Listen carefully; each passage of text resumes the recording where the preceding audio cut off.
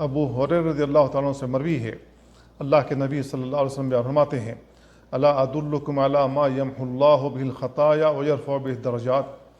کیا میں تم لوگوں کو ایک ایسا عمل نہ بتلا دوں کہ جس کے ذریعے گناہیں مٹا دی جائیں اور درجے بلند کر دیے جائیں؟ قالوا بلا یا رسول اللہ،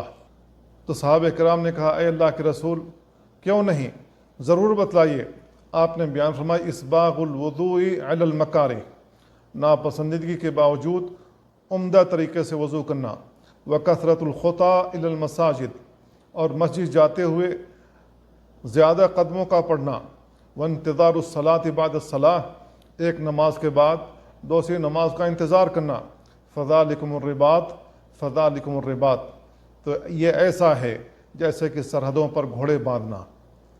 تو سرحدوں پر گھوڑوں کو تیار رکھا جاتا ہے تاکہ